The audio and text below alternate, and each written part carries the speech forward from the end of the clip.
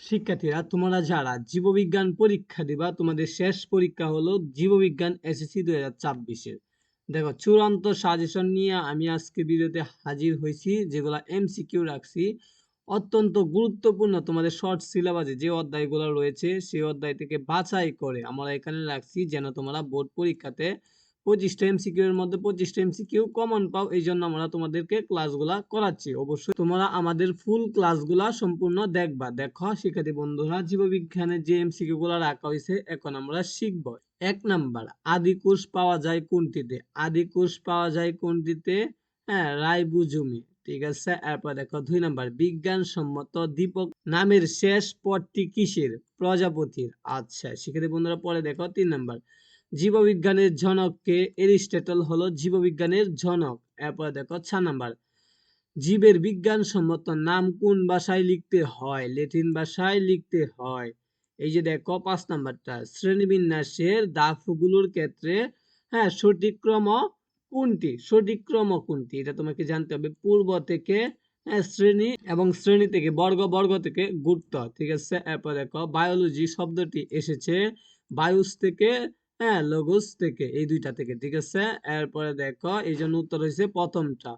7 নাম্বারটা, কান্টির কোষ প্রাচীন কাইটিন দিয়ে গঠিত তৈরি, তো এর উত্তর হবে ইস্ট দিয়ে গঠিত। এরপর দেখো এরিস্টটল কোন দেশের অধিবাসী ছিলেন? এরিস্টটল গ্রিস দেশের অধিবাসী ছিলেন। দেখো তোমাদের জীববিজ্ঞানের যে জনক তিনি হলেন এরিস্টটল। ঠিক আছে শিক্ষার্থী বন্ধুরা, পরবর্তীতে এমসিকিউটা দেখো, ফলিত জীববিজ্ঞানের শাখা, এটার উত্তর হবে পরজীবী বিদ্যা। এরপরে উত্তর হবে প্রাণ রসায়ন। এই দুইটা সঠিক। ঠিক আছে, এই জন্য উত্তর হয়েছে প্রথমটা। 10 নাম্বার, লাইসোসোমের কাজ কোনটি? লাইসোসোমের কাজ হলো জীবাণু বক্ষণ। ঠিক আছে। এরপরে দেখো 11 নাম্বার, রক্তরসের জৈব ও অজৈব পদার্থের শতকরা পরিমাণ কত? রক্তরসের জৈব ও অজৈব পদার্থের শতকরা পরিমাণ হলো 8 থেকে 9%। 12 নাম্বার, প্লাস্টিক কত প্রকার? 3 প্রকার।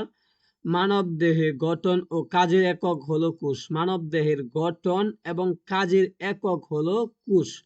কোষ পর্দা কেমন? হ্যাঁ, সজীব। এরপর দেখো 15 নাম্বার, ডিএনএ এর কাজ কি? শক্তি ও খাদ্য উৎপাদন করা, বংশবৃদ্ধি করা, এটা হলো ডিএনএ এর কাজ।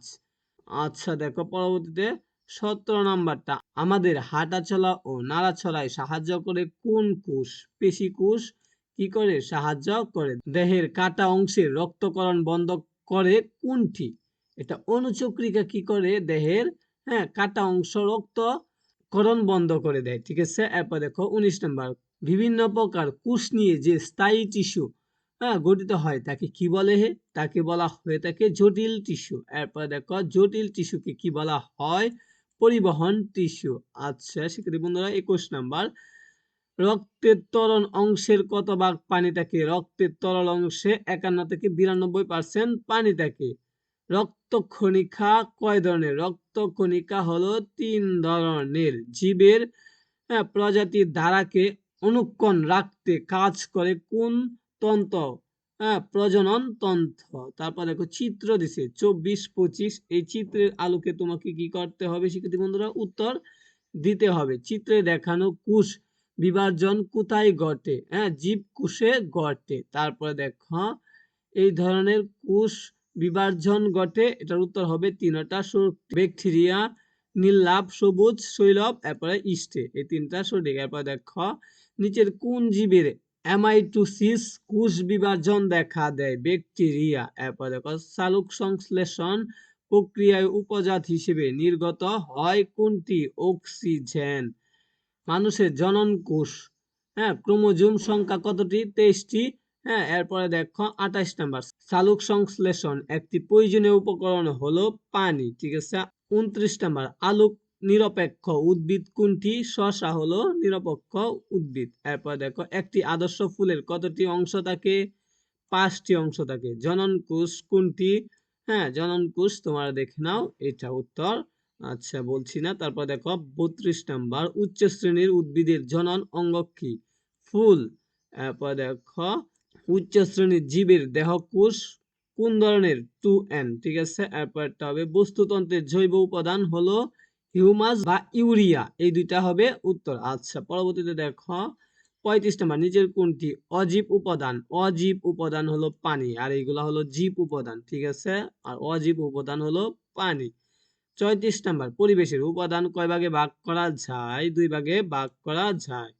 নিচের কোনটির জন্য প্রাণী উদ্ভিদের উপর নির্ভর করে? খাদ্যের জন্য প্রাণী উদ্ভিদের উপর কি করে? নির্ভর করে। নিচের প্রাণীগুলোর মধ্যে কোনটি সর্বোচ্চ স্তরের খাদক? ময়ূর হলো সর্বোচ্চ স্তরের খাদক। তারপর দেখো 39 নাম্বার, দ্বিতীয় স্তরের খাদক কে? বেঁচে থাকে যারা। কারা কারা বেঁচে থাকে দ্বিতীয় স্তরের খাদক কে? দেখো শামুক, তারপরে দেখো বাজ পাখি, বাঘ, এই তিনটাই উত্তর হবে, তিনটাই, ঠিক আছে? নিচের কোনটি উত্তর? এটার উত্তর হবে তিনটা। তো এইখানে যে এমসিকিউ গুলা রাখছি অবশ্যই সবগুলা মনোযোগ সহকারে শিখবা।